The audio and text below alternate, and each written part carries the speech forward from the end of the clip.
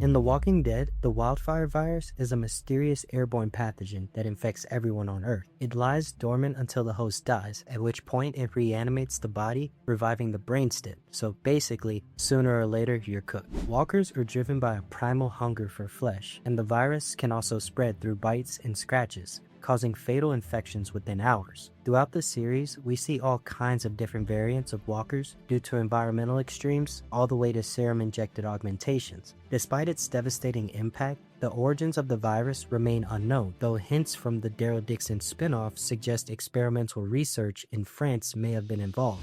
This uncertainty adds to the tension as survivors not only fight off zombies, but also struggle with maintaining a sense of normalcy in a list of insane communities willing to do anything to survive.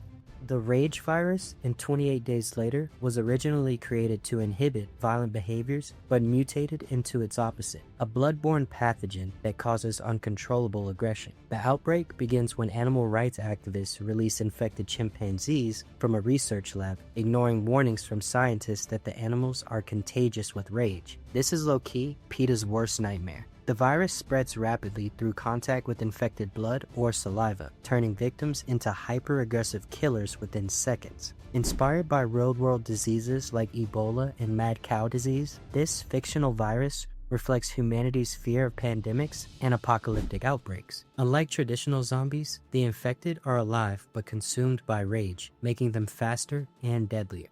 George A. Romero's Night of the Living Dead introduced modern zombie lore with its unique explanation.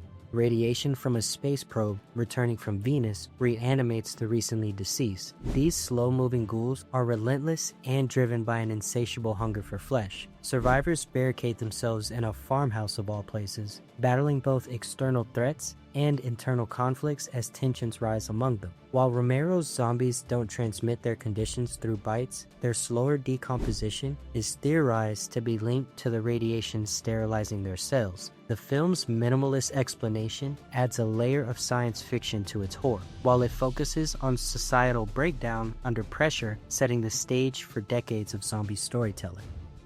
World War Z depicts an insane global zombie pandemic caused by an unknown pathogen. These zombies are fast-moving, relentless, and operate like a hive mind capable of overwhelming cities with sheer numbers. Hands down, some of the scariest and fastest zombies we've seen. The infection spreads through bites or exposure to contaminated fluids. The film explores how different nations respond to the crisis. Israel builds walls while North Korea removes citizens' teeth to prevent biting, offering a geopolitical lens on survival strategies. Brad Pitt's character leads efforts to find a cure as humanity teeters on extinction. Its large-scale narrative and high-stakes action sequences brought zombies into mainstream blockbuster territory. In Train to Busan, South Korea's zombie outbreak begins with a chemical leak from a biotech company that spreads through bites and scratches. Victims turn into fast-moving zombies within seconds, creating chaos that feels unstoppable. The infection triggers extreme aggression and a loss of higher brain functions while preserving motor skills, making these zombies terrifyingly fast and relentless. The film follows passengers trapped on a moving train as they fight to survive both the dead and human selfishness, literally train car by train car. Known for its emotional depth, Train to Busan explores themes of sacrifice, family bonds, and societal collapse under pressure. In Zombieland, a mutated strain of mad cow disease jumps to humans, creating flesh-eating zombies with no higher brain function but plenty of aggression. This fictional outbreak spreads through contaminated meat products before turning victims into mindless killers driven by hunger. Survivors navigate this chaotic world using quirky survival rules like cardio, staying fit to outrun zombies, and double tap, always making sure they're dead. Hands down, one of my favorite rules in the show. The film's humor contrasts sharply with its apocalyptic setting, offering a fresh take on zombie survival through memorable characters like Tallahassee and Columbus, bringing their own unique flair to survival tactics. Its blend of comedy and horror made it a cultural gem that redefined fun within the genre, making it one of the most entertaining zombie movies ever made. The T-Virus is a bioweapon engineered by the Umbrella Corporation in Resident Evil. Initially designed for medical purposes, it was engineered from the progenitor virus, a naturally occurring pathogen discovered in a rare African flower. Designed to create superhumans and extend lifespans, it mutated humans into zombies while also creating monstrous bioorganic weapons. The virus spreads through bites or exposure to contaminated materials like water or air, so there really isn't a way around the shit. As it escapes containment in Raccoon City, it sparks global devastation fueled by corporate greed and scientific mismanagement. With Mila Jovovic's Alice leading the charge against Umbrella's experiments, this franchise became synonymous with action-packed zombie horror, bringing alive the viral and popular video game. Shaun of the Dead flips traditional zombie stories on their head with its hilarious take on survival during an apocalypse caused by an unspecified infection. Shaun and his friends stumble through London, battling slow-moving but relentless zombies while trying to save their loved ones and grab a pint at their favorite pub, the Winchester. Directed by Edgar Wright as an homage to classic zombie films like George Romero's Dawn of the Dead, it balances laugh-out-loud moments with genuine scares while cleverly satirizing everyday life interrupted by chaos. The film's infection spreads subtly at first, mirroring how people often ignore warning signs in their daily routines. Wright and co-owner Simon Pegg drew inspiration from their own lives, imagining how ordinary Brits would react to a zombie apocalypse without access to firearms or survivalist skills. In I Am Legend, humanity is devastated by the Crepin virus, a genetically engineered pathogen originally designed to cure cancer. The virus was developed based on a modified measles strain intended to eliminate harmful cells without damaging healthy ones. Initially hailed as a miracle cure, KV successfully treated 10,000 patients before mutating into a deadly airborne pathogen. The virus wiped out 90% of the global population, leaving only 1% immune and transforming the remaining survivors into Darkseers, pale-skinned, nocturnal mutants with enhanced speed, strength, and aggression. Will Smith's character, Dr. Robert Neville, is immune to the virus and spends his days in an abandoned New York City searching for a cure using his own blood as a base for experimentation. His isolation is very relatable, as he struggles with loneliness after losing his family and interacts only with his dog Sam. Neville's resilience shines as he uses his scientific expertise to fight against the odds while defending himself from Darkseekers who hunt him at night. Directed by Peter Jackson before his Lord of the Rings fame, Dead Alive is a cult classic splatter comedy that pushes zombie horror to absurd extremes. The story begins when explorers capture the Sumatran rat monkey, a hybrid creature from Skull Island infected with a rage plague that spreads through its bite. The creature is brought to a zoo in New Zealand where it bites Vera, the mother of Lionel Cosgrove, during a visit. Vera quickly succumbs to the infection, turning into a grotesque zombie and spreading the virus to others through bites and scratches. The infection causes rapid necrosis and uncontrollable aggression, transforming victims into flesh-eating monsters with exaggerated physical deformities. Peter Jackson's approach to the film blends slapstick humor with extreme gore. Its lasting legacy as one of the goriest films ever made has influenced countless horror comedy hybrids and cemented Jackson's reputation as a creative force. Planet Terror, written and directed by Robert Rodriguez as part of the Grindhouse double feature, is a wild, action-packed homage to 1970s exploitation films. Set in rural Texas, the story begins when a rogue military unit led by Lieutenant Muldoon attempts to buy a deadly biochemical agent called DC-2, also known as Project Terra, from chemical engineer Abby. When the deal goes wrong, the gas is accidentally released into the air, infecting the local population and turning them into grotesque, zombie-like creatures with melting skin and uncontrollable aggression. The infection spreads rapidly, leaving a small group of survivors to fight for their lives against hordes of infected.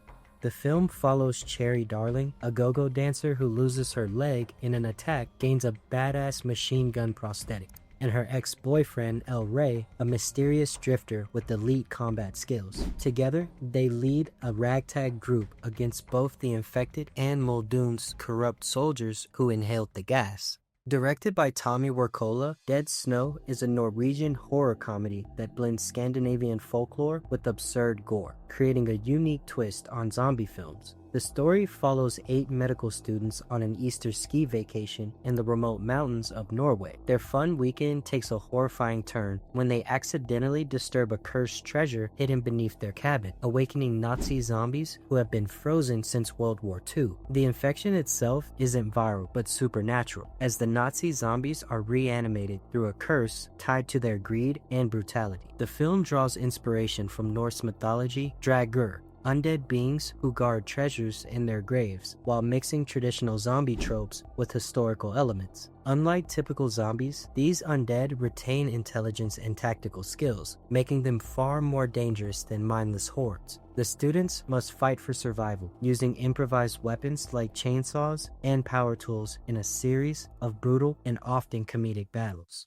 The zombie agent from Return of the Living Dead is straight up government weaponry gone wrong. A military chemical called the 2,4,5-trioxin that leaked from barrels stored in a medical supply warehouse. The film was a result of a disagreement between John Russo and George A. Romero over how to follow up from their 1968 film Night of the Living Dead. Unlike basic zombie viruses, this stuff doesn't just infect people, it literally reanimates dead tissue, meaning corpses in cemeteries start climbing out of graves when the chemical seeps into the ground. What makes these zombies absolutely terrifying is they're fully conscious. They can speak, feel pain, and are smart enough to set traps and use tools. They're literally calling dispatch and ordering to send more cops so they can eat the brains of whoever shows up. The zombies explicitly tell you they eat brains because it temporarily eases the agony of being dead, which is low-key the most disturbing zombie motivation ever. Running or fighting is pointless because you literally can't kill these zombies. Cutting off their heads, burning them, or chopping them to pieces just creates independent zombie parts coming after you.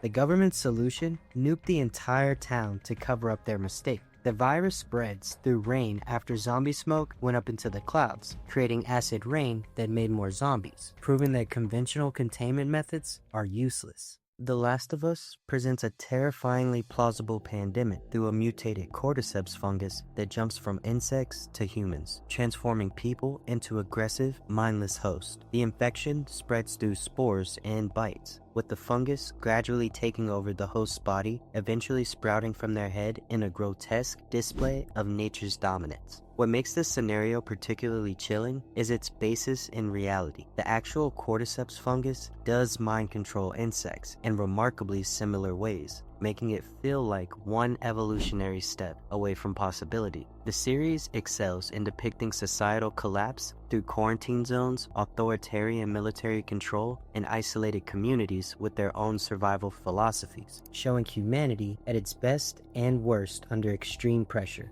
The quantum virus from Marvel's What If series started when Hank Pym entered the quantum realm to rescue his wife Janet, only to bring her back infected with a corrupting pathogen that spread through bites and scratches. What makes this zombie outbreak insane is that it infected Earth's mightiest heroes first, turning the Avengers into superpowered zombies with all their abilities intact, but driven by a straight toxic hunger for flesh. Imagine zombie Doctor Strange still casting spells, or zombie Captain America throwing his shield with deadly precision. We would be absolutely cooked. The infection spreads ridiculously fast, taking over most of the northern states within 24 hours, because who can stop zombie Iron Man?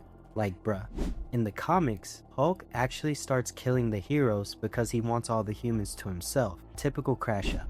In the show, we see how dangerous he can get when zombie Scarlet Witch is being contained by Vision in his attempt to find a cure, and then gets free and starts doing real damage. As more heroes turn and humanity starts to crumble, you can really start to imagine how devastating this could get when people like Thanos using the Infinity Stones want your brain. Assumed to have infected its first victim in Mercy Hospital in Pennsylvania, the green flu is an extremely deadly, highly contagious rabies-based virus that developed the ability to become airborne, spreading across almost half of the eastern side of the United States in around 4 to 5 short weeks. Through the comics and the game, you find out that a company called CETA, the game's version of the CDC, tried to tame the outbreak as best they could, but ultimately failed, largely due to carriers that didn't show immediate symptoms but carried the virus, contaminating the quarantine areas and infecting those designated to health, and just the inability to keep the virus contained. A small percentage of humans infected would develop into special variants of zombies, creating an even bigger challenge. The most notable being the tank and the witch, but my personal favorite are smokers that can literally snatch you out of nowhere. Tanks were literally chunking pieces of concrete in cars like it was nothing, and the witches are usually chilling somewhere and then start suddenly attacking like straight out of a horror movie. It's speculated that these mutations vary based on the physical attributes and mental state of the individual's life. Left 4 Dead doesn't just jump scare you, it actually makes you feel like you're fighting through the zombie apocalypse with your friends, and that's why it's still iconic to this day.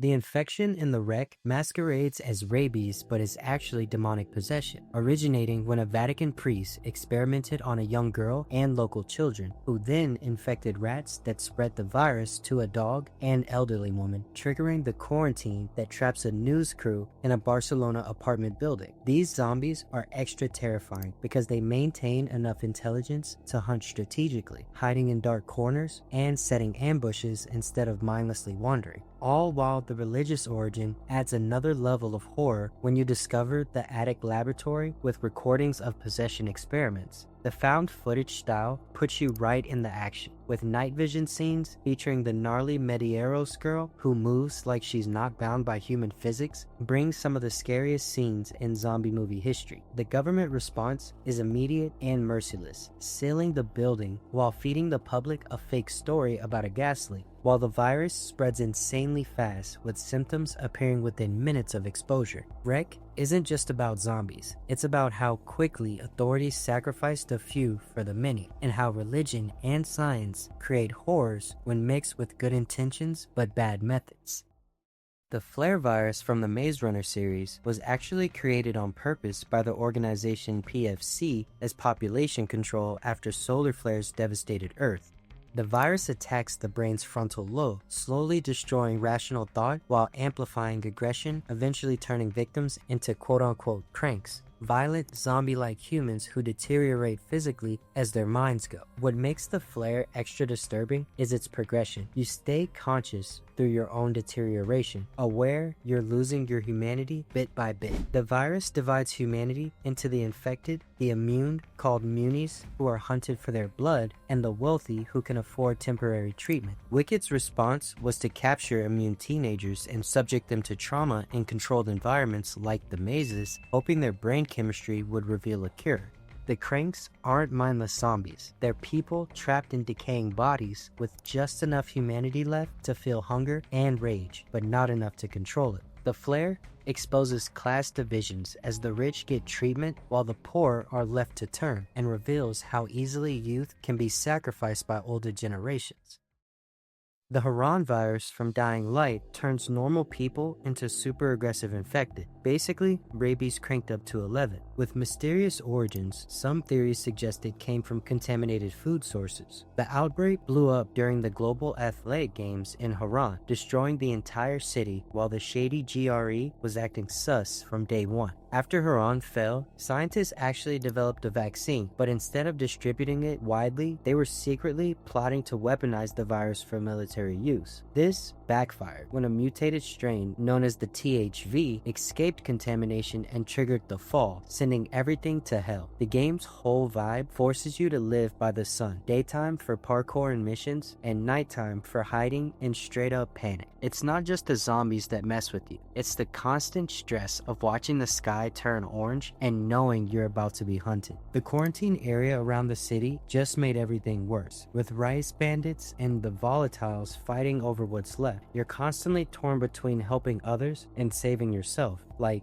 do I share my antizen or keep it? The game hits different because it shows how fast people switch to survival mode when things get rough. During the day, you're roof jumping, feeling badass, but come sunset, you're literally sprinting to safety while these insanely fast zombies chase you down.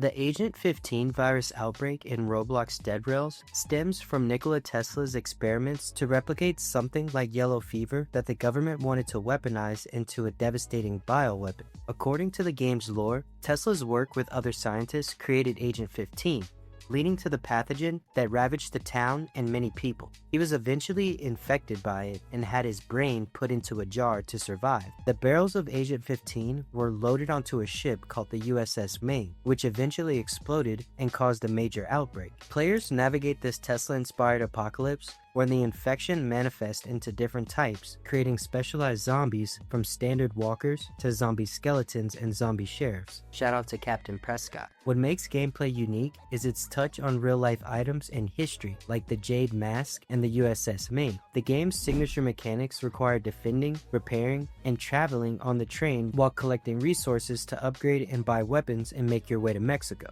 The deeper you progress, the more you uncover Tesla's original intentions for human advancement, and even come to fight Tesla himself after you literally built him a new body. The Jonas Virus from All of Us Are Dead started as a science teacher's revenge experiment gone horribly wrong at Harran High School in South Korea. Mr. Lee created it to make his bullied son stronger, combining hormones from live specimens like mice and turning the fear response into rage, basically weaponizing the fight or flight reaction. When the virus leaked into the school's science lab, it spread crazy fast through bites and bodily fluids, turning students into zombies within seconds. What makes this virus terrifying is how it completely erases who you were before. Zombies will attack their best friends without hesitation, and they hunt in packs like a shared hive mind. The government's response was brutal. They quarantined the entire city and were ready to bomb that shit rather than risking the infection spreading nationwide, not playing any games. Some rare people turned into half-bees instead of full zombies, keeping their human consciousness while gaining superhuman strength and healing abilities, making you wonder if the virus was actually evolving humans rather than destroying them.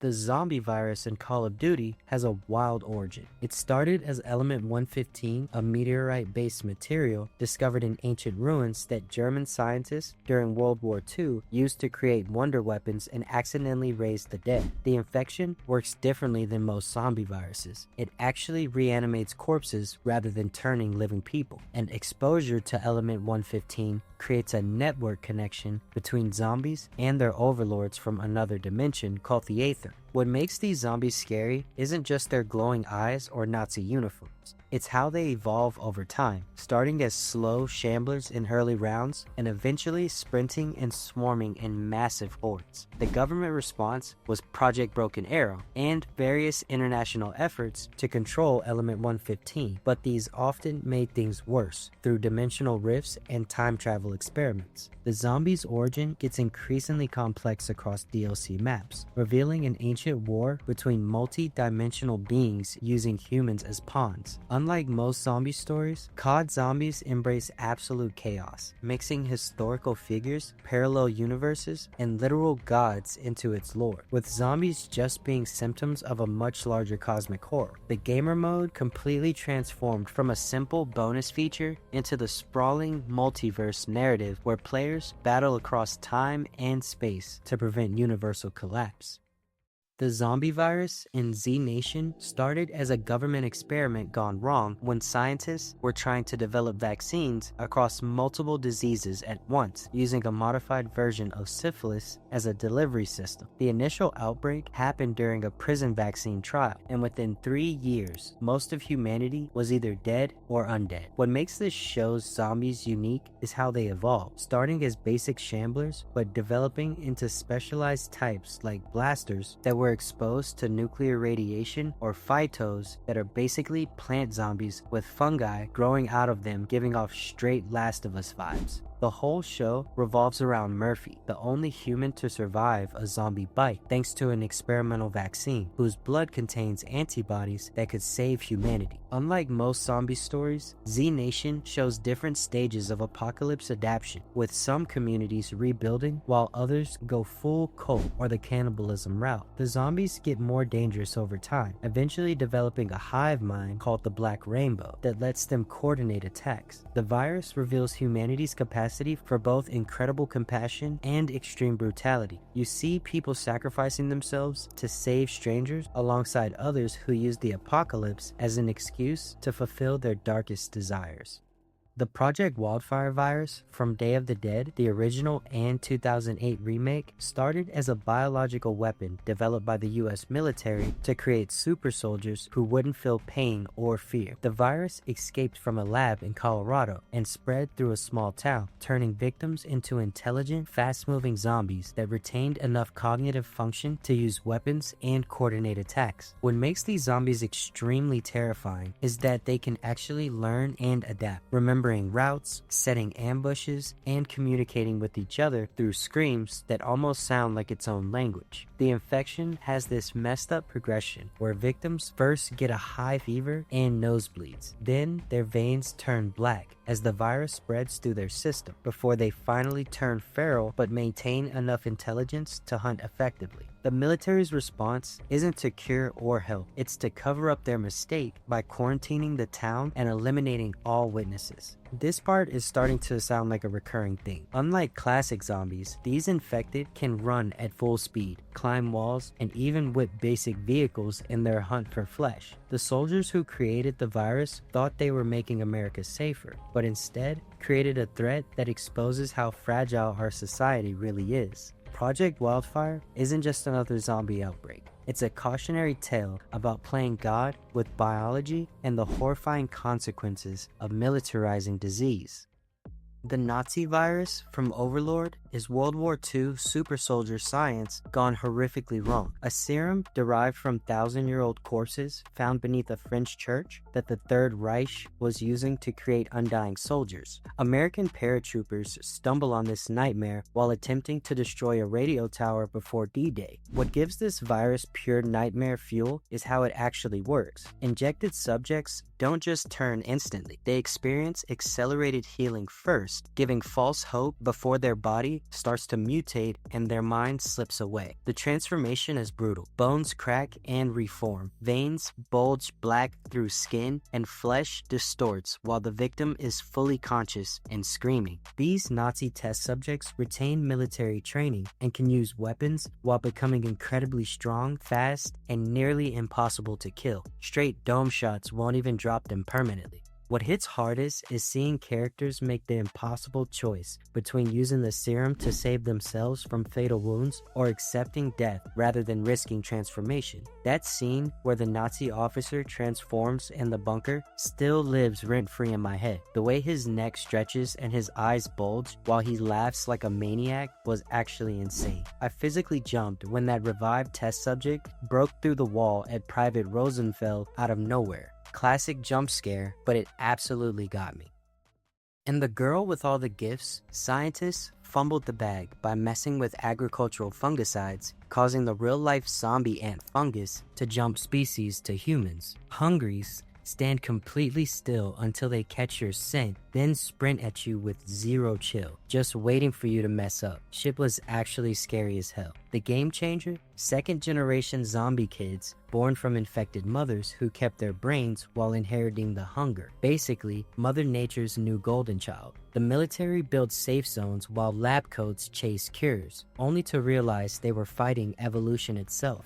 Earth picking its new favorites. Massive fungal spores eventually blanket England, ending humanity as the main character, while hybrid children start fresh with their own civilization. The classroom scene where Dr. Caldwell tests the hungry children still haunts me. Watching those kids go from sweet students to feral monsters sniffing the air when their restraints are removed gave me genuine chills. Sinia Nanawa absolutely carried this movie as Melanie. Her balance of innocence and predatory instinct made me genuinely question who I should be rooting for by the end. The zombie virus in Dawn of the Dead is deliberately unexplained. No backstory, no warning. Society just starts collapsing because dead people suddenly woke up and chose violence. What makes this outbreak so unbelievable is how realistically society collapses. Emergency broadcasts gradually give way to static, military checkpoints get overrun, and suburban neighborhoods become war zones within days. The shopping mall backdrop is peak irony. Survivors hiding in consumer paradise while former shoppers mindlessly try to return. OG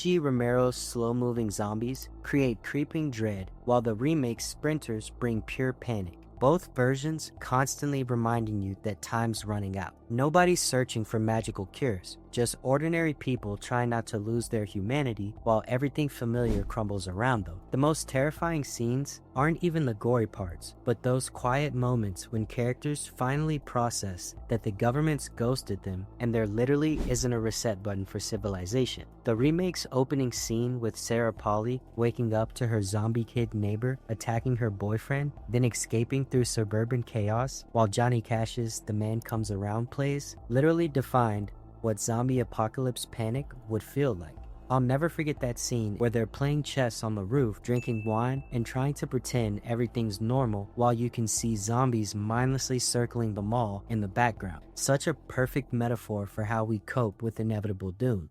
In the Army of the Dead, Area 51's secret zombie project escaped near Vegas, causing the government to wall off an entire city as contamination zones before scheduling a nuclear cleanse. Snyder created zombie social classes, big brain alphas commanding basic zombies in a twisted undead hierarchy that nobody expected to find. Uncle Sam's solution? Peak military thinking, concrete walls, containment protocols, and planning a July 4th nuke strike because symbolism, I guess. The heist crew discovers something classified. Alphas built their own society, with Zeus and his queen ruling over lieutenant enforcers, complete with zombie pets, including Valentine, the undead tiger. Infection manifests differently in each victim. Some retain enough consciousness to make their own choices, while others lose everything human, creating a whole spectrum of undead awareness levels. That sequence where Zeus howls in general grief after his zombie queen dies completely flipped my expectations. Suddenly, these weren't just monsters, but beings capable of emotional connection.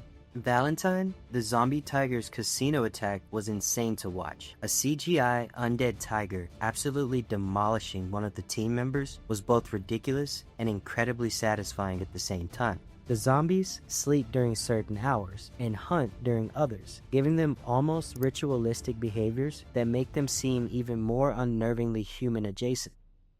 In Kingdom, medieval Korean zombies spring from a resurrection plant that a royal physician used to revive the dead king, accidentally speedrunning society's collapse. Darkness transforms them into Olympic sprinters with unlimited stamina, creating daily deadlines for finding secure shelter. Power-hungry nobles deliberately infected peasant districts while hoarding resources, proving humans can out-villain the monsters they create. Everyone's operating on folklore logic, since germ theory doesn't exist yet, blaming angry spirits instead of understanding basic infection control. Class warfare becomes literal when aristocrats seal off poor neighborhoods as zombie containment zones while protecting their own luxury compounds. That scene where hundreds of zombies pour down the palace steps like water while Crown Prince Chang watches in horror was an insane visual. The sheer scale of that horde moving as one organism was breathtaking. I still get anxiety remembering when the sun starts setting while characters are traveling between villages, and the zombies slowly start twitching back to life. The ticking clock element made every journey feel like a desperate race against time.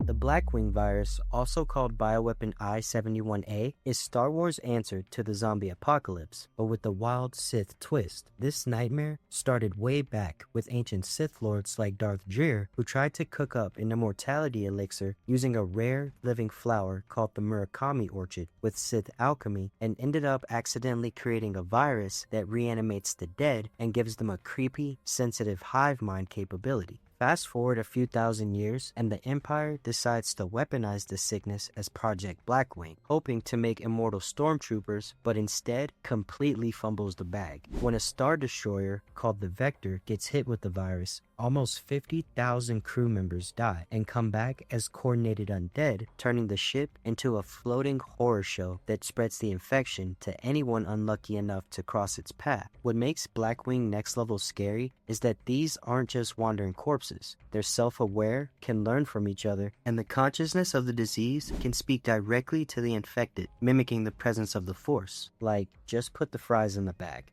The Empire's reaction is pure panic. Blockades, quarantines, and sometimes straight up blowing up infected planets to stop the spread. there is no cure, and the virus keeps popping up in places like Dathomir and secret Imperial labs, always threatening to break out again. Blackwing stands out because it's not just a random plague, it's the result of Sith ambition and Imperial arrogance and pride colliding, showing that in a galaxy full of Jedi, Sith, and superweapons, the scariest monsters are the ones created by people who think they can control the uncontrollable. The Black Lanterns from DC Comics are basically the ultimate nightmare fuel for anyone who thought zombies couldn't get any deeper. Their origin is way more twisted than just some random virus. The whole nightmare kicks off with Necron, the embodiment of death itself, who exists outside the living universe and basically sees all life as a cosmic mistake. In the Blackest Night storyline by Jeff Johns and Ivan Rice, Necron uses Black Lantern rings to resurrect dead heroes, villains, and regular people, but with a catch. They come back with all their memories and personalities, but their core is corrupted and driven by Necron's will. These undead aren't just hungry for brains. They're on a complete crash-out mission to take out every last spark of emotion in life, feeding off the feelings of the living by literally seeing and manipulating their emotional spectrum. What's wild is that the rings seek out those who've died, but also those who've cheated death, referencing all the comic book heroes who've been resurrected over the years. Necron's whole vibe is that death should be final, and he's sick of the revolving door bullshit of superheroes coming back. William Hand, aka Black Hand, becomes Necron's main agent on Earth, obsessed with death and acting as a beacon for the Black Lantern rings. Once the rings start flying, the dead rise everywhere, and the emotional trauma they inflict is next level. The Black Lantern's origin ties deep into DC's lore about the emotional spectrum, with Necron existing as the dark opposite to the life-giving White Lantern entity. The Guardians of the Universe, who created the Green Lantern Corps, tried to suppress the prophecy of the Blackest Night, but their actions basically set the stage for Necron's invasion. In the end, the Black Lanterns are a full-on existential crisis in zombie form, and Necron's origin as the literal force of death makes them one of the most chilling threats in the DC universe. The Cross Virus, or C Virus, is the terrifyingly infectious antagonist at the heart of the Crossed comic book series, created by Garth Ennis and Jason Burrows. Its signature is a grotesque, gnarly-ass cross-shaped rash that marks those infected down to the skull and signals a descent into unimaginable degen activity. The virus first erupted in the summer of 2008 in Yorkshire, United Kingdom, as detailed in the Thin Red Line arc, Badlands issue 50-56. When a man suffering a psychotic breakdown murdered his family, unknowingly becoming patient zero. The infection spreads at an insane pace, jumping from 2 responding policemen to the entire village of Tethersby, and within days to countries as far as France, Russia, and the United States. In a desperate attempt to contain the outbreak, Patient Zero was quarantined in a secure bunker, but a botched interrogation led to the infection of elite SAS guards and ultimately the Prime Minister himself, resulting in the collapse of the last line of defense. What truly sets the Cross Virus apart isn't just its rapid global spread or the collapse of governments, but the horrifying transformation it inflicts. I was put on this series through you guys in the comments, and the shit I've seen in these comics, I can't even say on here because YouTube will cook my channel. But shout out to y'all. Unlike zombies, the Cross retain their intelligence but are driven to commit the most violent and depraved acts imaginable, often targeting what society holds sacred, defacing government buildings with corpses, desecrating religious sites, and using psychological torture to torment survivors. Their cruelty is not for survival, but for sadistic pleasure, with cannibalism and mutilation becoming acts of entertainment rather than necessity. This shit is not for the kind-hearted. I'm telling you now, read with caution. Survivors are forced to witness their loved ones paraded and mutilated outside their strongholds, a constant reminder that safety is an illusion. The virus's origin remains shrouded in mystery. Dr. Chopra, a government scientist, speculates that the infection might not follow any known scientific law, hinting at a possible paranormal or planetary cleansing force. The Cross Virus endures as a uniquely horrifying vision of apocalypse, not just for its violence, but for the existential dread it inspires, forcing readers to confront the darkest corners of human nature. and the fragility of civilization.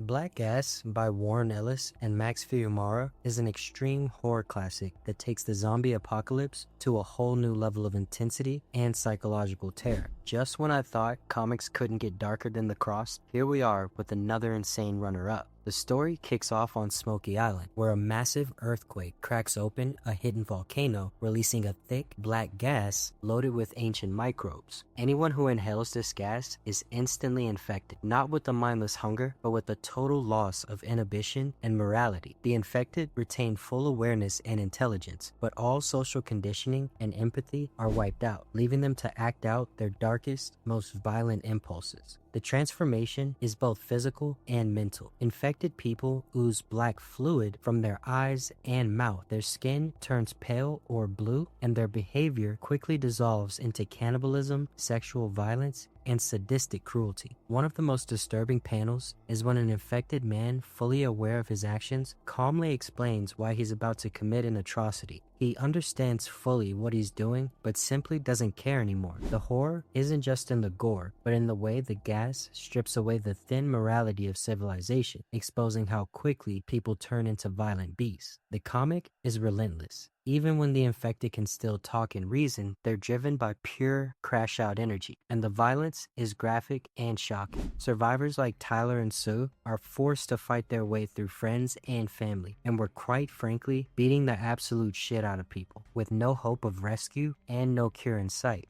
Black Gas stands out for its raw, unfiltered look at humanity's darkest side, making it one of the most disturbing and memorable zombie stories out there.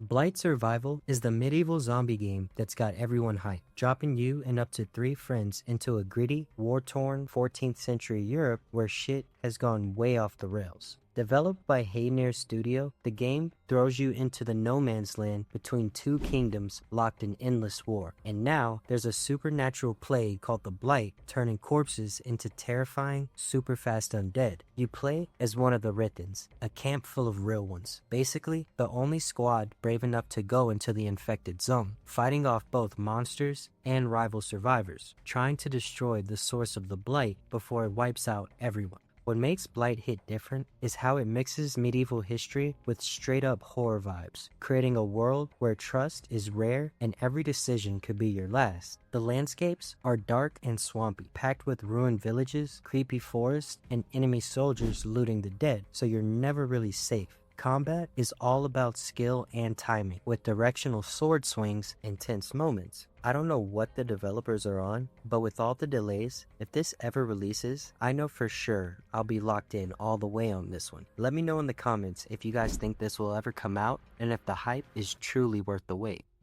Days Gone, the post-apocalyptic adventure from Ben's studio, throws you into a wild, overgrown Oregon where the Freaker Virus, also called the Hooligan Virus, has turned the world upside down. The virus was cooked up in secret at the Cloverdale lab using a rare Oregon flower, and nobody outside the lab even knew what was happening. Everything went off the rails when Gorman, trying to expose the sus research, accidentally spread the damn virus at an environmental convention in Portland. Like, brother. After that, it was game over. People hopped on planes and trains, carrying the infection everywhere. Within 2 weeks, cities were swarmed, about a third of the world's population was wiped out, and the survivors were left scrambling as society got cooked. What makes the Freaker Virus so intense is how it mutates everyone differently. Infected humans called Freakers get super strength, wild speed, and go full-on feral, basically like rabid animals with a side of cannibalism. The virus doesn't stop at people. Animals are invited to the cookout as well, so you've gotta watch out for infected wolves, bears, and even crows. Most kids under 12 and adults over 60 didn't make it, since their bodies couldn't handle the mutation. The science behind it is interesting. It spreads through your lymph system, hijacking your cells, and triggers crazy changes like hair loss, pale skin, and gnarly claws. Some freakers even keep flashes of their old memories, making them even creepier. And just when you think things can't get any worse, O'Brien drops the bomb in the secret ending that the virus is evolving. Infected will keep their human brains, but still have all their freaky speed and power.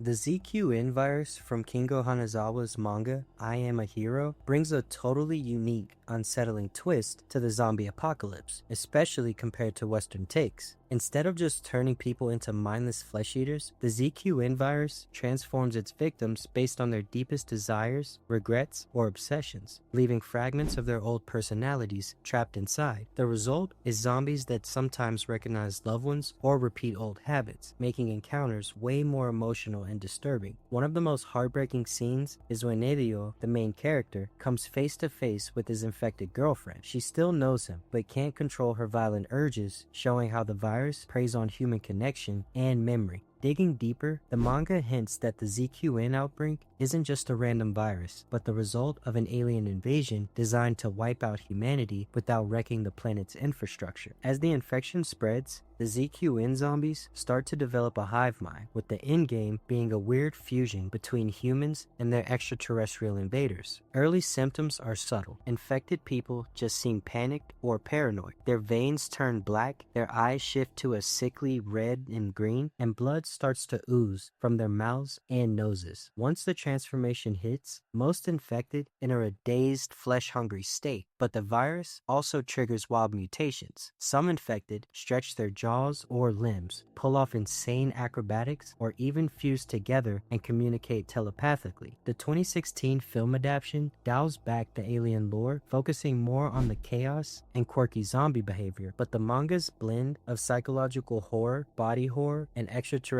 dread makes the ZQN virus one of the most original and haunting zombie plagues in modern fiction. The Reaper virus in Neil Marshall's Doomsday is a brutal, fast-spreading contagion that turns Scotland into a post-apocalyptic wasteland overnight. When the virus first erupts in Glasgow, the British government's response is to wall off the entire country, abandoning millions and creating a modern-day dark age behind a 30-foot barrier. With no cure and the infection resurfacing decades later in London, authorities send Major Eden Sinclair, who actually escaped Scotland as a child, minus an eye, and her team back into the quarantine zone, hoping to find a solution among the survivors. Inside the wall, society has fractured into savage, gnarly-ass factions. Punk cannibals led by Soul, and a medieval-style cult ruled by Dr. Kane, a once brilliant virologist now turned crash-out tyrant. The Reaper virus itself is terrifying, not just for its physical devastation, open sores, rapid death, and chaos, but for how it exposes the delicate balance of civilization. The film's most unforgettable moments come from the wild mashup of genres: high-speed car chases, gladiator battles in a ruined castle, and Sinclair's relentless fight for survival, all while the government back home is chilling and debating on using the virus as a tool for social cleansing. The sadness takes the zombie outbreak formula and cranks up the social commentary, showing how the Alvin virus doesn't just destroy bodies, it exposes the failures of government and the dangers of putting politics over public safety. When the Alvin virus first appears in Taiwan, officials downplay its severity, treating it like just another flu, and refusing to act decisively because they're worried about the upcoming elections and the economy. Scientists warn that the virus could mutate into something much worse, but their voices are drowned out by the politicians who don't want to cause panic or lose votes. Mans hear about the potential outbreak and was like, nah, we need them for the polls. The government tells people to just stay home, hoping the problem will go away on its own. This denial and inaction creates the perfect storm for the virus to spread out of control. By the time the public realizes the Alvin virus isn't just a flu, but a neurological nightmare that hijacks the brain's emotional centers and turns people into sadistic, unpredictable killers, it's already too late. The infected don't just attack, they act out their darkest urges, weaponizing emotions and relationships, while the government is still stuck in damage control mode and conspiracy theories run wild. The film's most chilling moments come from this mix of bureaucratic paralysis and personal horror. People are left to fend for themselves as society collapses, and the authorities' refusal to act becomes as terrifying as the virus itself. The sadness hits hard because it's not just about a virus, it's about how quickly everything can fall apart and turn to shit when those in power care more about politics than people's lives. The Flood from the Halo series is basically the final boss of all zombie threats, but it's way more than just a virus or a bunch of shambling corpses. In Halo lore, the Flood is a hyper-adaptive galaxy-level parasite that infects anything with the nervous system, and it's got the science to back up the horror. The infection starts with spores, or those creepy infection forms. Think of them as evil, squishy facehuggers that latch onto you, burrow in, and inject Flood supercells right into your body. Yikes. These cells break down your DNA and rebuild you from the inside out, hijacking your nervous system and basically turning you into a walking meat puppet in seconds. It doesn't even matter if you're already dead. As long as your body's not totally rotted, the Flood can and will reanimate you. Every new host adds to the Flood's collective intelligence, letting it absorb memories, tactics, and even tech skills from its victims. That's why you see Flood forms using guns, whipping vehicles, and setting up ambushes. When enough biomass is collected, the Flood can create a grave mind, a massive hive mind boss that's basically the evil mastermind running the twisted show. The Flood doesn't just want to eat you, it wants to use you to spread itself across the universe, and it's got the power to wipe out entire civilizations if left unchecked. In the Halo games, the Flood is the reason the Forerunners built the damn Halo rings in the first place, to nuke all life in the galaxy and starve the parasite out. Flamethrowers, plasma pistols, and weapons, and just straight up nuking infected zones are the only ways to slow it down. But even then, the Flood spores can stay dormant for centuries, just waiting for a chance to come back. So yeah, the Flood isn't just another zombie horde. It's a sci-fi nightmare that takes everything terrifying about zombies and dials it up to 11, making it one of the most dangerous and iconic threats in gaming history. The Knox Virus from Project Zomboid started as a mystery illness in Knox County, Kentucky, that the government tried to hide by setting up a military quarantine while claiming it was just a quote-unquote flu outbreak. The virus spreads through bites, scratches, and bodily fluids, with infection guaranteed from bites, while scratches give you a coin flip chance at turning. What makes this game hit different is the pure hopelessness. There's literally no cure and no happy ending, just the loading screen reminder that this is how you die. The news broadcast slowly reveals how everything fell apart, first denying the outbreak, then admitting to isolated incidents, and finally just emergency broadcasts before everything goes silent. You're constantly balancing immediate needs like food and safety against long-term survival plans like farming and fortifying, all while knowing that one mistake means game over. The virus doesn't transform you into some special mutant zombie. It just kills you and brings you back as a mindless corpse, making the horror more realistic because there's nothing supernatural happening, just the brutal reality of survival when civilization vanishes overnight. Guts and Black Powder on Roblox is a brutal, supernatural zombie survival game set in an apocalyptic Napoleonic Wars era where undead are unleashed after sacred burial grounds are disturbed. The zombie outbreak began at some point during the French invasion of Russia. Zombies are damned souls trapped within their own dead bodies. In the lore, the infection is known as the Blight and as a plague, and the zombies are known as cannibals, vampires, or undead by troops in game. The diverse zombie types include the sappers, who specifically target and destroy fortifications, igniters that spread devastating fires, and the terrifying viral runners, transformed from fully infected players, who claw, vomit infection, and withstand devastating amounts of damage. They spawn when a non-sapper or chaplain player dies with infection above 50%, or if they're overwhelmed by multiple shamblers. They have the same speed as normal runners, but more health, meaning that basic melee weapons can't one-shot them. Infections is core to the gameplay. Zombie attacks inflict stacking, clawed, or bitten effects, and if health drops below 35%, infection won't decay. Survival requires team coordination with specialized roles like pikemen, shout out to my boy Lance, chaplains who can bless, exorcise, and grant temporary immunity, and surgeons who stay with them bandages. The game features respawn mechanics that allow fallen players to rejoin the fight, particularly in objective maps where checkpoints enable players to return to battle after death. But be on your shit or guaranteed you're gonna be cooked.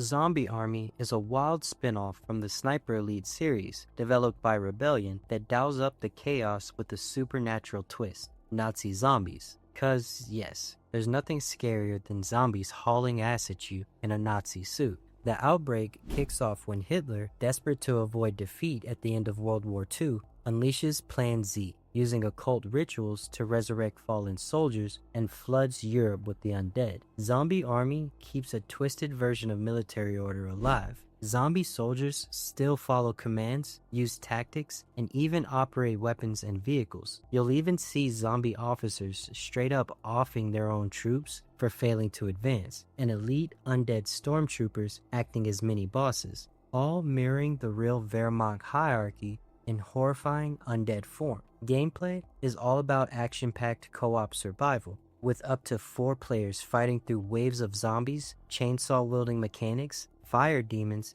and even the infamous zombie Hitler himself, as funny as that sounds. All that stealth shit is out the window, and it's all about lining up those perfect dome shots and head taps, blowing up hordes with explosives, and scrambling for resources as the undead just keep coming. The series has grown from a fun DLC for Sniper Elite into its own franchise, with Zombie Army Trilogy, Zombie Army 4 Dead War, and even a crazy VR title. If you're looking for a zombie game where the undead are organized and the action stays on 10, Zombie Army is a must-play.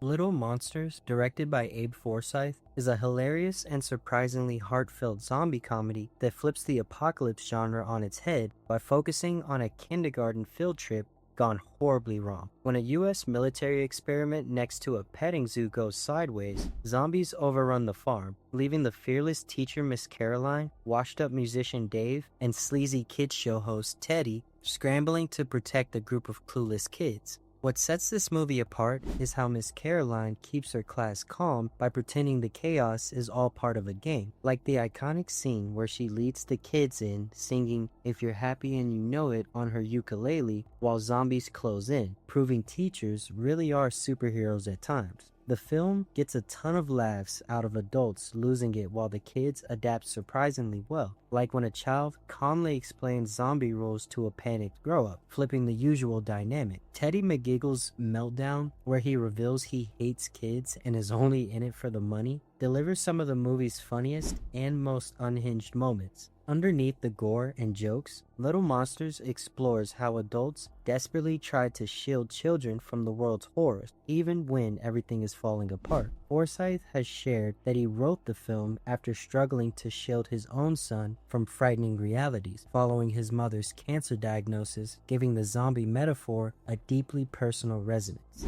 The ending, where everyone belts out Taylor Swift's "Shake It Off" after surviving the chaos, is pure feel-good energy and a reminder that sometimes laughter and love are the best defenses against the apocalypse.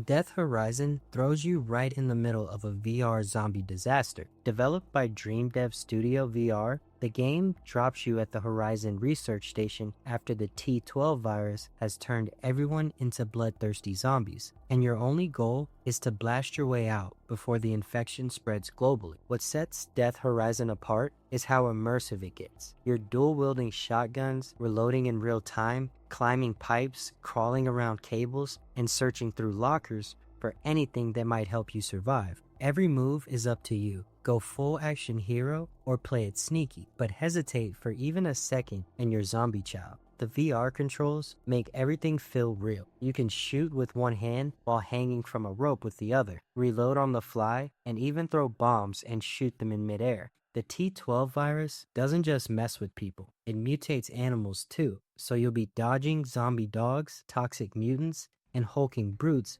as you fight your way through the labs. There's a mysterious voice guiding you through the CCTV system, sometimes helping, sometimes messing with you, which keeps you guessing about who to trust. The game's multiplayer and challenge modes add even more chaos, letting you team up or compete with your friends for high scores and bragging rights. If you want that trapped in a zombie movie vibe with total freedom to fight, climb, and improvise, Death Horizon is as close as it gets.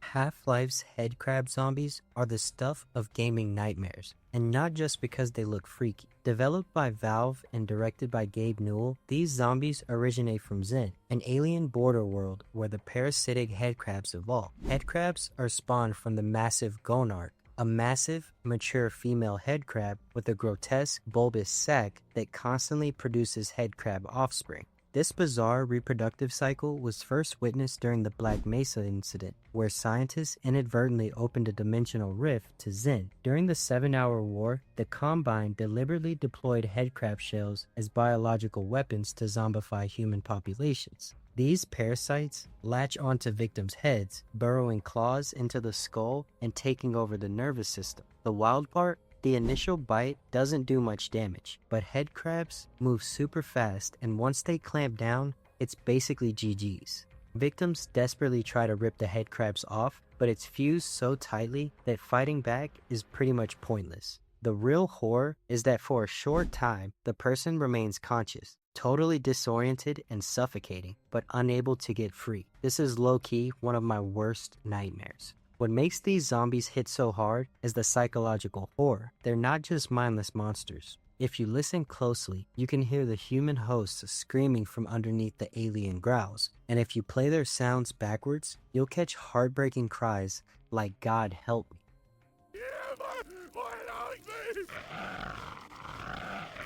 God help me! It's unclear if the person inside is truly gone or just trapped, which raises disturbing questions about what it means to be alive or dead. The game forces you to confront whether putting these zombies down is an act of mercy or if you're ending a life that's still suffering, blending sci-fi terror with some seriously deep ethical dilemmas.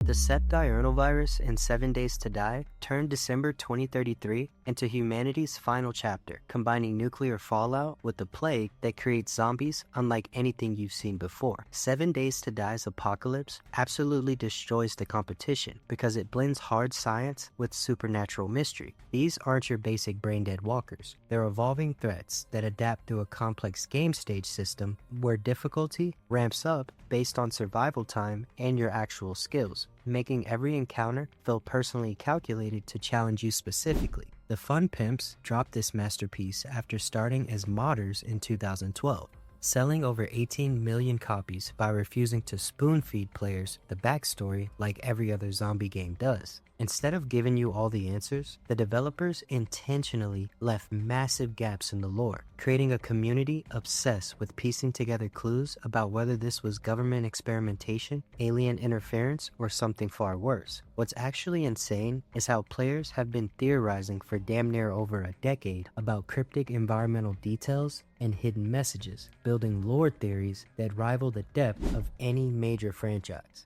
The real genius move was making the mystery itself the main character. You're literally a detective, piecing together humanity's downfall while desperately clinging on to survival.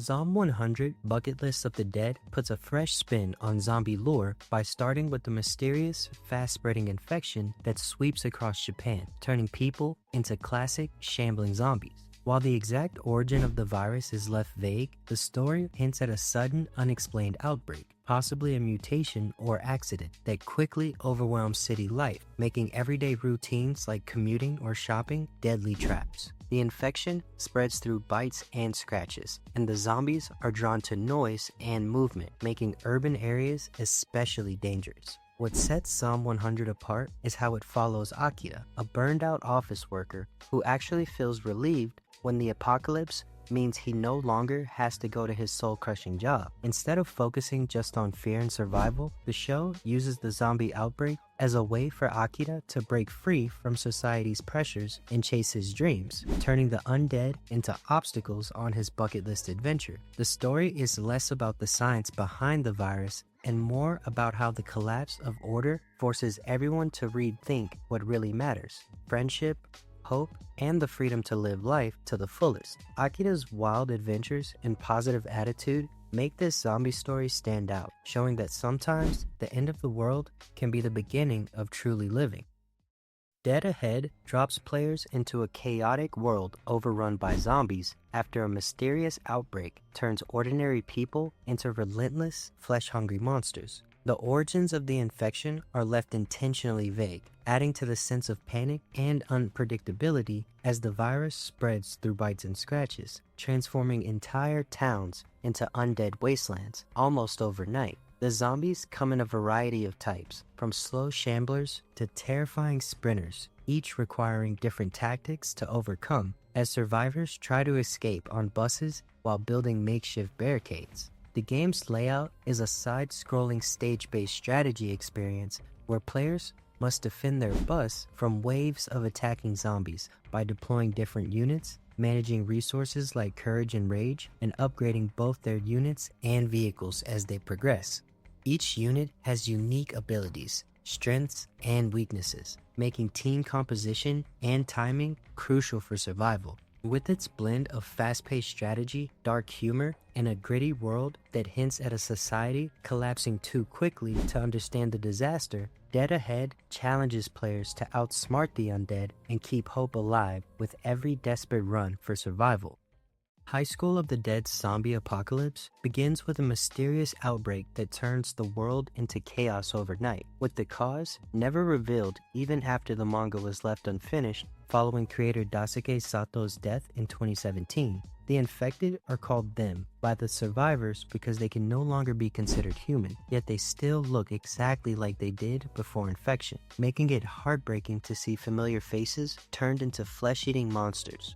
The infection spreads incredibly fast across the entire world in just hours, turning Japan's peaceful society into a nightmare where high school students must fight their way through hordes of undead classmates and teachers. These zombies retain their human appearance but lose all humanity, becoming aggressive creatures driven only by the need to bite and infect the living, with the infection spreading through bites and turning victims within minutes. The anime shows how the outbreak doesn't just create zombies, but also destroys civilization itself, as governments collapse and society breaks down, while survivors like the Fujimi High School group must navigate both the undead and dangerous living humans. What sets High School of the Dead apart is how it combines traditional zombie horror with the unique setting of a Japanese high school, where familiar places like classrooms and hallways become deadly battlegrounds filled with monsters that used to be friends and family. Seoul Station's biological factory leak didn't just spark a random outbreak, it marked the calculated birth of the zombie virus that would soon devastate South Korea in Train to Busan. The infection emerges from secretive biotech experiments, first spreading among the city's homeless and runaway youth, people already invisible to society. Director Young Sang-ho didn't just create another zombie flick when he dropped this masterpiece in 2016. He crafted a savage commentary on how society treats its most vulnerable people, making homeless populations and youth the earliest casualties of both the undead plague and the world's indifference. The film is devastating because it exposes how social blind spots and neglect allow the outbreak to spread unchecked, turning those already ignored by society into the first to suffer. Its brilliance lies not only in setting up Train to Busan's origin story, but also in its sharp critique of how governments and ordinary citizens treat certain lives as disposable, even before the apocalypse hits. As the virus silently spreads through Seoul's overlooked corners, the real monsters are revealed to be the officials and bystanders whose apathy allows the infection to thrive. Yeon's bold choice to animate this prequel first exposed the raw horror of social injustice, pushing the boundaries of adult storytelling in Korean animation. By the time the outbreak reaches the train platforms, the audience understands that the true terror isn't just the zombies, but the darkness within society itself. The zombie outbreak in Deceased is rooted in Darkseid's obsession with the anti-life equation, a cosmic formula capable of erasing free will across the universe. In a desperate attempt to extract the equation from Cyborg, Darkseid corrupts it by fusing it with an aspect of death, inadvertently creating a techno-organic virus that transforms anyone exposed, hero or villain, into the anti-living, rage-driven, zombie-like beings controlled by a hive mind. This virus spreads at lightning speed through digital devices and the internet, instantly infecting hundreds of millions and making even the world's greatest heroes helpless as the infection overwhelms Earth within days. The corrupted equation draws the attention of Erebos, the primordial god of darkness, revealing that the virus is not just technological but a manifestation of cosmic evil that seeks to snuff out all life and free will. As the infection devastates the planet, Batman, Superman, and Wonder Woman desperately try to save what remains of humanity, but the virus proves nearly unstoppable, forcing survivors to disable global technology and flee Earth itself. The saga's horror lies in watching icons fall and civilizations unravel, with the only hope for a cure hidden within Cyborg's body. A secret the virus will do anything to keep buried. DC's lore-rich narrative expands across sequels and spin-offs, exploring the multiversal threat of the anti-life virus and the enduring fight for hope against ultimate darkness. Dead Rising's zombie outbreak begins with mutated wasps called Ampulex compressa gigantis that carry parasitic larvae, turning the American town of Willamette into a shopping mall nightmare where photojournalist Frank West discovers that these aren't your typical movie zombies. What makes Dead Rising's infection absolutely brutal is the unpredictable timing. While most people turn within 24 hours of being bitten, a neck bite can transform someone in seconds, and multiple bites speeds up the horrifying process even more. The series, created by Capcom, shows how these pale, bluish-gray creatures lose all human intelligence and become fragile yet deadly predators who grow stronger and more aggressive at night, hunting with mosquito-like behavior rather than any strategic thinking. Frank West survives countless zombie encounters throughout his investigation, somehow showing unusual resistance to the infection, while regular survivors get overwhelmed by grappling attacks that deal serious damage and trap victims in deadly embraces. The comic book series Dead Rising: Road to Fortune reveals the conspiracy behind multiple outbreaks, with one character declaring, "Who can stop us?" as the evil Phenotrans Corporation spreads the infection from Las Vegas to Fortune City. Dead Rising zombies represent corporate corruption and government cover-ups gone wrong, where fragile undead monsters created by science experiments become unstoppable forces that can overwhelm entire cities within hours. The Rising proves that the real terror isn't just the monsters themselves, but the horrifying realization that human greed and reckless ambition can unleash chaos capable of destroying everything we know. Dead Island's zombie outbreak begins with pathogen HK, a mutated virus of the real brain disease Kuru, also called laughing sickness, that spread through Papua New Guinea tribes who practice funerary cannibalism combined with HIV and mad cow disease to create the perfect zombie virus. The pathogen only affects people with O-negative blood, turning Benoit Island's tropical paradise into a feeding ground where immune survivors must fight through hordes of flesh-hungry infected who still wear their vacation clothes. What makes these zombies terrifying is how they maintain human-like movements and behaviors while being driven by cannibalistic hunger, creating enemies that feel disturbingly familiar yet completely savage. Dead Island 2 escalates the horror when the outbreak spreads to Los Angeles 15 years later, where the evolved autophage virus creates Hele, zombies that wear California fashion and carry cell phones while hunting victims. These LA zombies come in dozens of distinct types, with hundreds of themed variants, including special infected, like the Crusher, a massive bodybuilder zombie that shows how the virus amplifies existing human traits into deadly weapons. The virus proves that zombie outbreaks don't just spread randomly, but evolve to reflect the culture they consume, turning familiar places and people into unrecognizable monsters that hunt with both primitive hunger and twisted human intelligence. Plants vs. Zombies, made by PopCap Games and directed by George Fan, is more than just a goofy backyard defense game. It's a whole lesson on thinking outside the box when things get weird. The zombies themselves, with their singular focus on brains, represents mindless consumption, while the plants symbolize humanity's ability to work with nature rather than against it.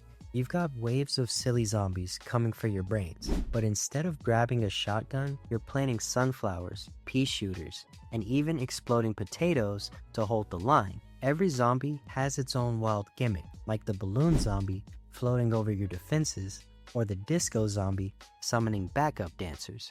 And each one forces you to switch up your strategy and try new plant combos to keep your house safe. The whole vibe is super chill and funny, but underneath the memes and the catchy Zombies on Your Lawn song, the game's actually roasting how people can get stuck in their ways just like the zombies, always pushing forward no matter how many times they get wrecked.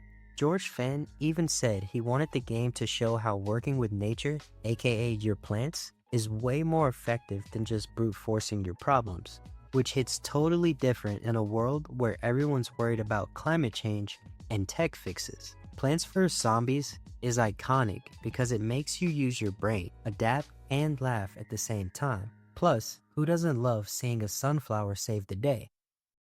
Newtopia on Prime Video is a wild mashup of zombie horror, rom-com, and slapstick chaos that turns the classic Outbreak formula on its head. Set in Seoul, the series kicks off with Lee Jae-yoon, a soldier just starting his mandatory service, and his ex-girlfriend Kang Young-soo, who suddenly find themselves in the middle of a lightning-fast zombie apocalypse right after breaking up. The infection spreads at record speed across the city with fast and aggressive zombies that give off major Train to Busan vibes. But the show keeps things fresh with a ton of dark humor and over-the-top moments. The zombies in Newtopia are relentless.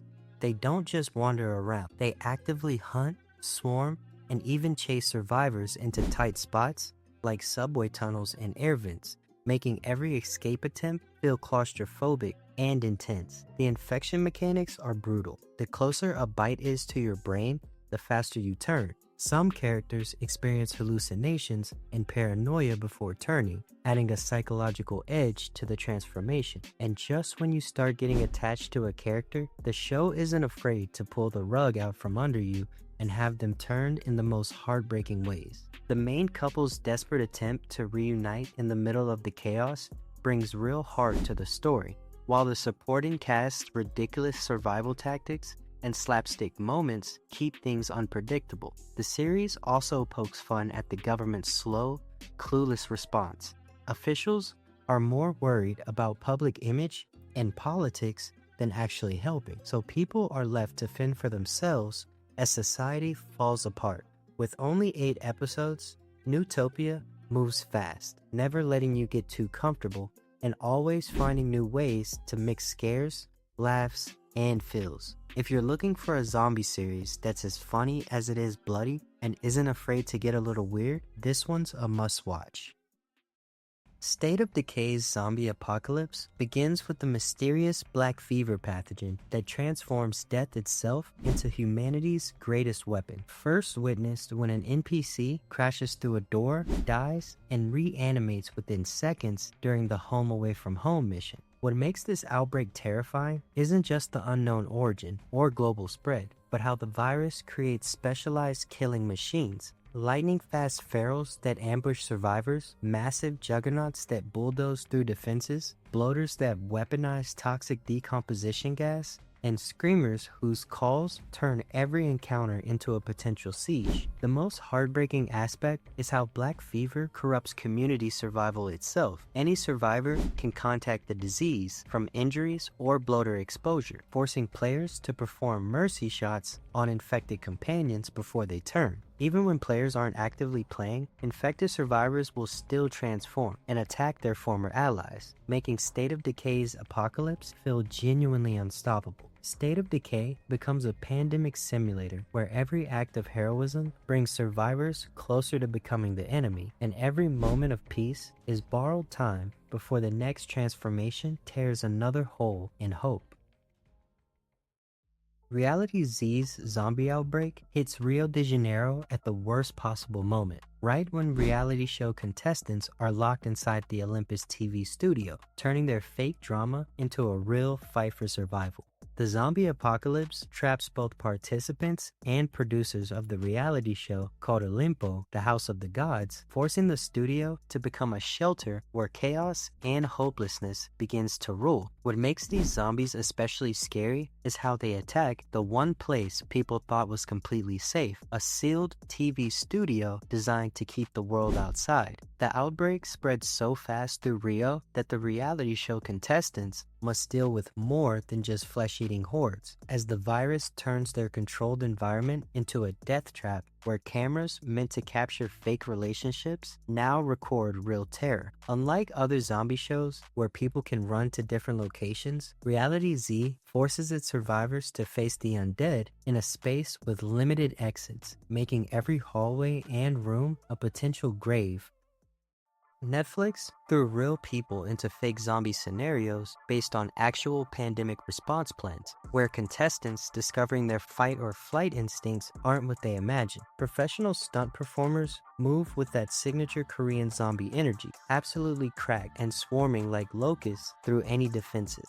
Episodes progress from initial "this can't be happening" confusion to complete system collapse, forcing regular folks to improv survival tactics. The reality TV format exposes how quickly normal people switch up under stress. Leaders emerge, cowards reveal themselves, and moral lines blur when resources get scarce. Producers add realistic challenges like power blackouts, communication failures, and dwindling supplies, showing how fragile our comfort zone actually is when systems fail. Watching Dex completely break character during the department store mission when zombies started pouring in from unexpected directions, his genuine panic wasn't acting, and you could see the exact moment his brain went into survival mode. That scene where the survivors had to choose whether to help the injured stranger or save resources for themselves had me yelling at my screen because it perfectly captured how our ideals collapse when actually tested.